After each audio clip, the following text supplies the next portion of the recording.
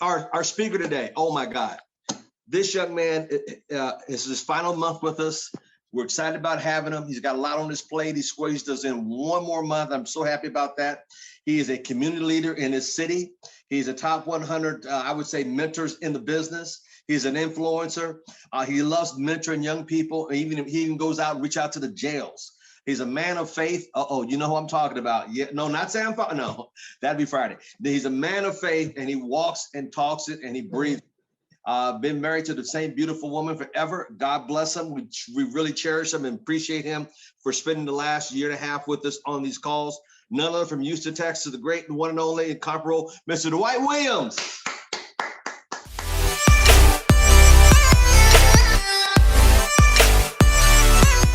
Good morning, good morning, good morning, good people, beautiful people. How is everybody this morning? Everybody good this morning? All right, good. I am excited to be here, Mr. Thomas. You didn't have to tell everybody because I'm gonna miss my family. I'm gonna miss my family on Wednesdays. And for you, Mr. Thomas, I mean, as things free up, I'll rearrange schedules. But as you and I talked, I've got some other ventures, but I really appreciate. Sir, I really do appreciate you. A gentleman of your calendar, both as a person and as a business owner and as a mentor. I gotta say, man, I just want to say thank you, and I hope you. And it's from the bottom of my heart. It's an endearing. I just want to say thank you. And even though I may not be on the call, I will be still touching you up, tapping you up. So if I'm ever in Vegas, I'm gonna be visiting. So keep my spot waiting on me, okay? Is everybody excited about the bonus that Mr. Lewis brought up? I always find, I just pay attention to little bitty things, and I know Mr. Lewis is paying attention to this. He sees this stuff as well. Did you guys know, has anybody ever heard of the $400 emergency expense? Anybody ever heard of that? So you do. So you're familiar with it? That the average, that 40% of Americans are $400 away from bankruptcy. A single $400 event can cause the average American to be facing 40% of Americans facing bankruptcy, and we got a $700 bonus. Think about that. We have $700 bonuses, and then $200 bonuses, and so. I mean, selling a business like this is the easiest thing. Matter of fact, I used the wrong word. Presenting a business like this, selling it, you don't have to sell it. Just presenting a business, all we got to do is present it to them. I think sometimes, as we say all the time, we get in our own way. So, but I am excited to be here this morning and with you this month, and Let's jump in. I'm going to talk about a subject that I probably talked about from a different angle, but I've talked about before. I am fascinated by the industry of network marketing, and so much so that it was the industry I was looking for from the day one. I started my career off in corporate America, and many years ago. I don't want to age myself. I don't want to say too many years ago, but many years ago, I started my career off, and and in corporate America, I didn't like it. I mean, I was good at it, and I committed to it, and I worked hard. But I didn't like the relationship between people. I didn't like working for people. So I became my own boss, and I became self-employed, and I didn't like that because I didn't like being alone. You know, I didn't like being by myself. So I started building businesses. But I equally didn't like that either. I didn't like people working with that. I knew how it felt to work for people. And so I really didn't, I didn't want people working for me. I got people to work for me. I'm not gonna pull your leg. I have people that work for me right now, but I don't particularly prefer that method of working with people. And so when I was introduced to network marketing, I was just fascinated, because this is even to this day, when I talk to people about the industry and the business, I'm excited about it. Why? Because I know the different ways of working with people, and this is the best I've ever seen. This is the best way to work together, because I can be working. I had a boss that determined how much I would make. And I never did like that. I remember having a conversation with my boss. And I don't know if I've ever told you this. And he and we were walking outside, and I knew how much he made because I was the seventh employee in this company. And so I said, why am I paying you 3 to 4 times more than I'm paying myself? And he's like, what do you mean? You're not paying me, I'm paying you. I said, but I know how much money I bring to the bottom line. Well, we got other people we got to pay. Not to be insensitive, I don't care about that. That doesn't mean anything to me. And so we hit our talking, and he says to me, I'm making what I make to ensure that you make what you make. And once I heard that, I was like, I am out. See, because I don't need you to do that for me. And so I began the quest of looking for the right working relationship for me. Working for somebody just wasn't it for me. Not saying that it's a bad thing, because I did it and I was good at it. I loved what I was doing. I just didn't like I didn't like working for people, nor was I real comfortable with working for. So I got introduced to network marketing. And matter of fact, the truth be told, when I got into network marketing, you got to think about it. By that time, I was a business owner, and I was still looking for a better business model. I just had a lot of employees and people working for me, and I had more than one business. But that still wasn't the ideal model for me. I would tell my secretary, look, if the only reason you come here and commit to me is because I give you a check, that is not good enough. If I don't make you better every year, you need to quit. You need to leave and go find a place where you continue to grow. So then I have a responsibility to you that I can hold you to the responsibilities I have for you. So it was that kind of thing, but it's hard to create that in a traditional business. It's not easy to do that. And so all of that time, I was clueless on network marketing, didn't know anything about it. And then I discovered network marketing. I'm telling you guys, the first international that I went to, I was a changed man. You ever went to church and got converted? I did that too. But when I went to the network, my first network international event, I was converted. I was out, and I have been converted ever since. I was a changed man at that event. And so I was hooked. I was hooked, line and sinker. I was in. Because it did all the things that I was interested in. It cared about people, and I saw people winning, and I was surrounded. It was an environment. There was no negative conversation. I wasn't sitting next to a person that's telling me that my dream couldn't be fulfilled. Everybody was saying, hey, you were sitting there talking about your dream. The guy next to you said, hey, let me tell you about my dream. So that's it doesn't get any better than that. The only problem I had, thank God to Mr. Thomas for his patience, is I was a business owner, and that was part of the problem. And when I got back, man, I started doing all kinds of stuff. I started making my own flyers and making my own brochures, and Mr. Thomas would see me at the international, say, hey, how's it going? He said, hey, was that some brochures I saw you may be working on over there?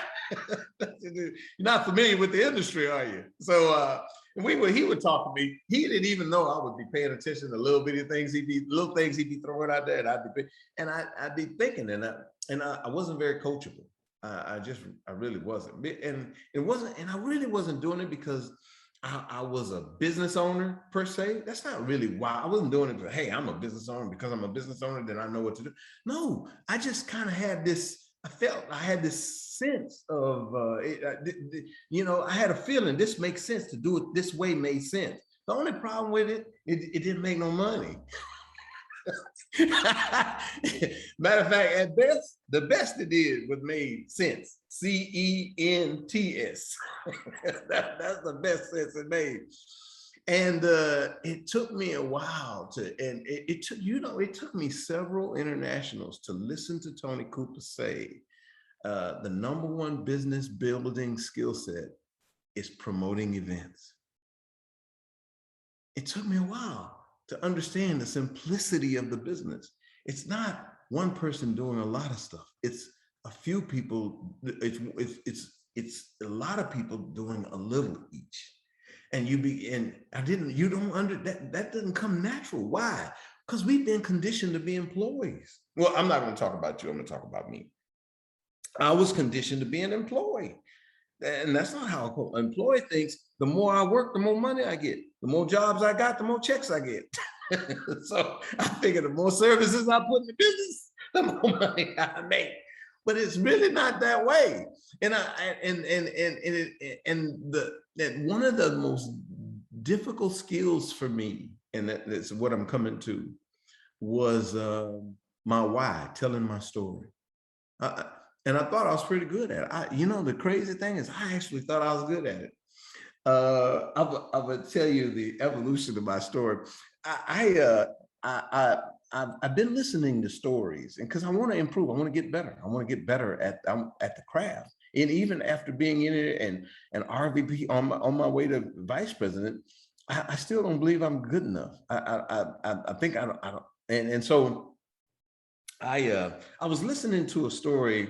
Young lady, she's in trouble right now, but she told a good story. If I thought to myself, listening to her story, I said to myself, what if she had come out and said, hey, I got this new device, guys, that you plug some blood in. And when you plug that blood in, it's going to tell you your triglyceride levels. It's going to tell you your cholesterol. It's going to tell you what your pressures are. It's going to tell you what we're doing is we're raising money. You see that? That's what I used to do. When I started off in this business, my story was I used to work for a corporation, an MCI. I left that corporation and went to work for a consulting firm. And by the time I turned 25 years old, I made more than my dad. By the time I turned 26 years old, I made more in a month than my dad made in a year. By the time I turned 35, I had made more than my dad's entire career. And I would say, I'm not bragging. What I'm saying is I lived in a different era. But the problem with that story, two problems with that story was it was about me. Flaw number one, my whole story was about me. The second problem with the story, I was telling a story that was so unrealistic that the average person didn't think he would do it. And so I would lose my audience right out the gate as I was telling such a bad story. It was a terrible story. And then I began to study how people tell great storytellers. This girl told a story. And she says, in the United States, healthcare is the #1 source of bankruptcy. And the lack of healthcare is the #1 source of suffering. She didn't talk about a machine. She didn't talk about blood. She didn't talk about cholesterol levels, but she had me captivated. And not only did she have me captivated, she had captivated some of the greatest minds of our time, so much so that they contributed to her hundreds of millions of dollars. Now, granted, unfortunately, she's in court under bankruptcy, under fraud, right? Investigation right now. But she told an incredible story. See, the reception area to your business is your story. And how well you tell that story is going to determine how comfortable people sit in your reception area and become customers and become business partners. If your story is not told well, most people will leave before they take a seat. So you would say, and they say that the next tool is edification. Why? Because I get a person promoting events. I'm going to promote events. Why am I promoting events? I'm trying to get them to go to an event to see the presentation. Well, what do? I edify the person that's going to be presenting. So I raise that person's influence. But unfortunately, the only way I get access to any of that is when they walk in that reception. If my story is no good, I'm never going to get the chance to edify anybody and invite them to any of it. Why? Because the story is the entrance to your business. It is the entrance to your business. And how well you tell your story. So I'm gonna tell you, my story evolved. I made it. Let me tell you guys, let me save you some time. I made every possible mistake. that you can make building this business. So my story got different. One of the things we did really well is we sold a lot of electricity clients. The challenge with selling electricity clients, I sold my electricity clients on value. And so because we were value, we were the best value. Now they tell you they tell you, so once again, uncoachable, watch. What do they say in the business?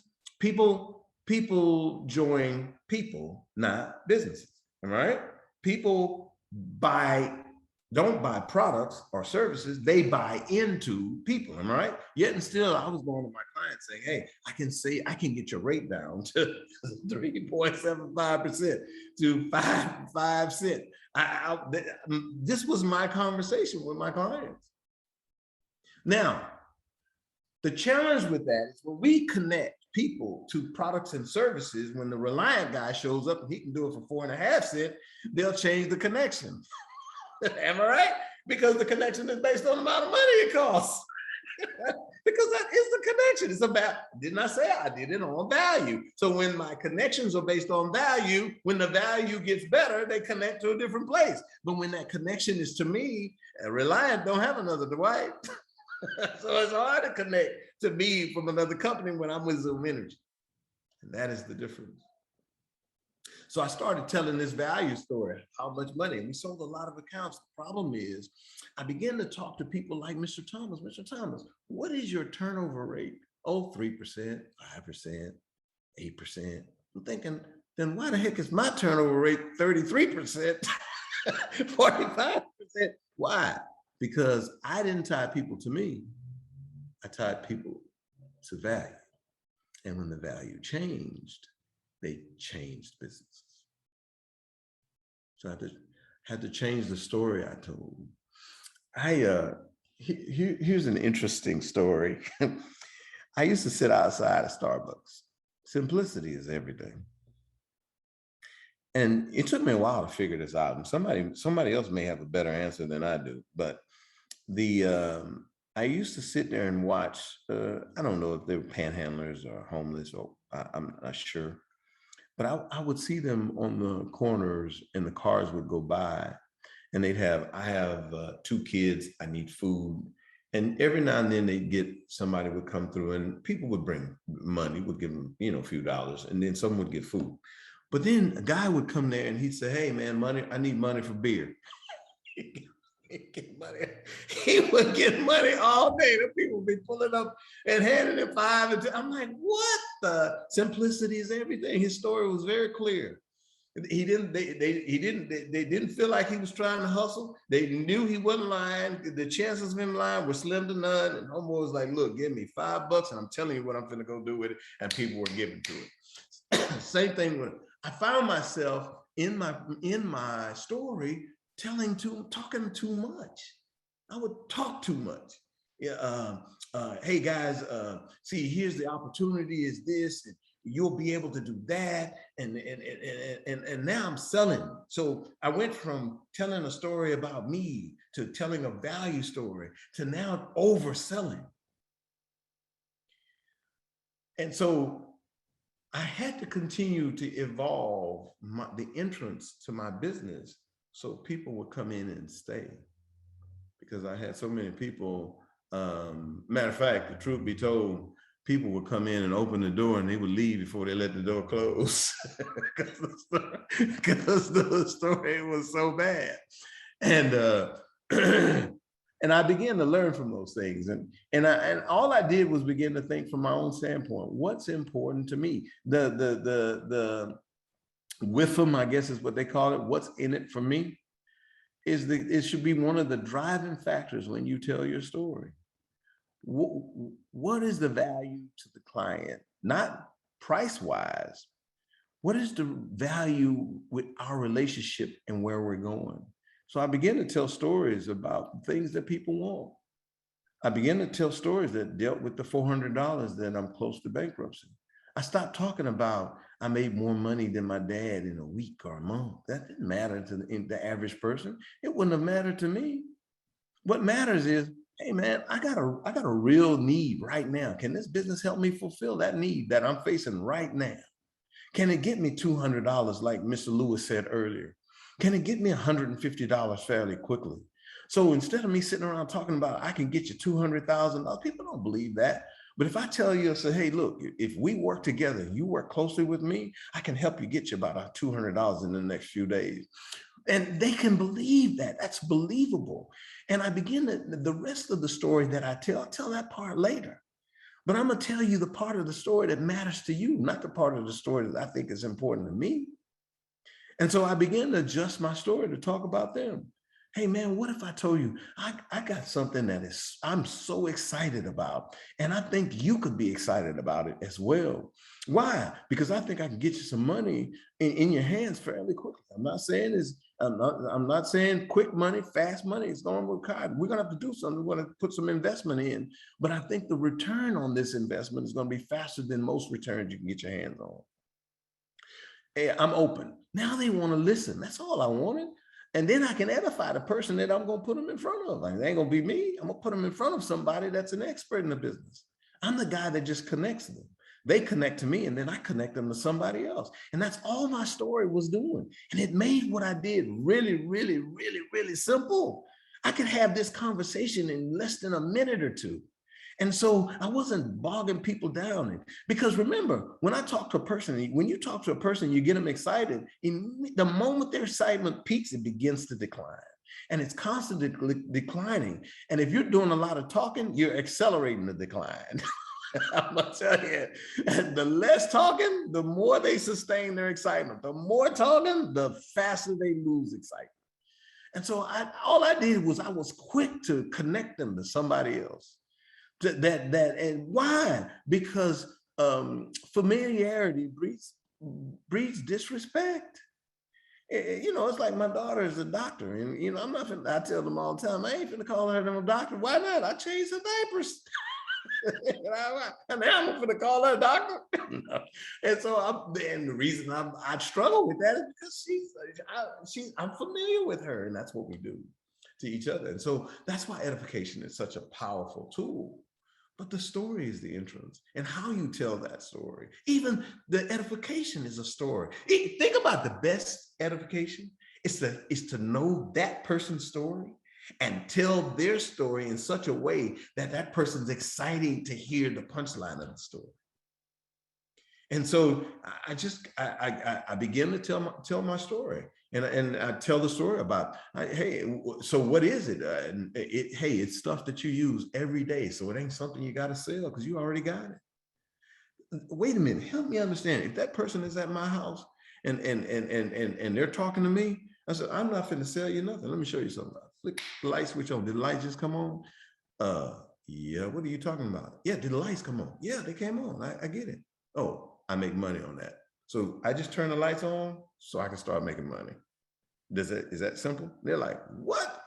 It says, if I'm on a cell phone with them, hey, can you hear me? I can hear you. Hey, good. The fact that you can hear me means I'm making money. What do you mean? Because I'm making money while I'm on this cell phone. And so I try to keep my story connected to them. I said, hey, man, you do know that the average person is $400 worth from bankruptcy. And I get into conversations like that because I'm trying to connect to them. Well, if that person is prominent, they don't want to hear that. So when they're prominent, they don't have a $400 problem. So what I talk to them about is the opportunity. What do you mean? What kind of opportunity is it? Hey, what you're doing right now, is there a limit to how much you can make? Oh, absolutely. But it's a big limit. Oh, I know it's a big limit. But how big is it? Oh man, I'm gonna tell you right now, I'm doing 300,000 a year. Oh, you killing the game. What if I told you I know a guy does 50 grand every 12 days? So you're like, what? Now that person, I can have a different conversation with. And I'm fashioning these conversations to to get them to come into my office and take a seat so I can introduce them to this guy that I want them to meet. And once they meet the guy tells them the story. So how well I tell stories and connect people to me, and not the business, not the product, not the service, to me, and then I connect them to other people who connect them to other people. They get connected to not a business or a set of products and services. They connect and plug into a community. And just like I went to that First International, plugged into that community and have been addicted to it since. Most people will as well. But our job is to keep things simple, to focus on people, not us, and to tell stories that do that job for us. And with that, Mr. Thomas, I'll turn it back over to you.